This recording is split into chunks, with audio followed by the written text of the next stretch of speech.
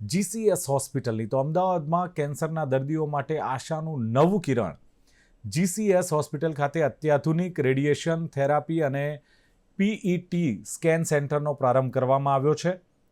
હવે કેન્સરના નિદાનથી લઈ સંપૂર્ણ સારવાર એક જ સ્થળે ઉપલબ્ધ થશે અને તમામ પ્રકારની cancer surgery, chemotherapy, radiation therapy, immunotherapy, targeted therapy અને પેલિએટિવ કેરનો સમાવેશ થાય છે. આ કેન્દ્રમાં medical oncology, surgical oncology, radiation oncology અને ન્યુક્લિયર મેડિસિન જેવી વિવિધ વિભાગોના નિષ્ણાંત ડોક્ટરોની ટીમ સેવારત છે. આ ઉપરાંત જન કલ્યાણના હેતુથી અહીં આયુષ્યમાન ભારત અને આ જ યોજના હેઠળ પાત્રતા ધરાવતા દર્દીઓને કેન્સરની તમામ સારવાર તદ્દન મફત આપવામાં આવશે.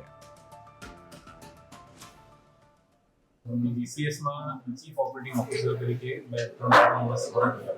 આ મશીનમાં જો એક તો મેજર તો આ મશીનનો લાભ કેન્સરના દર્દીઓ લઈ શકશે.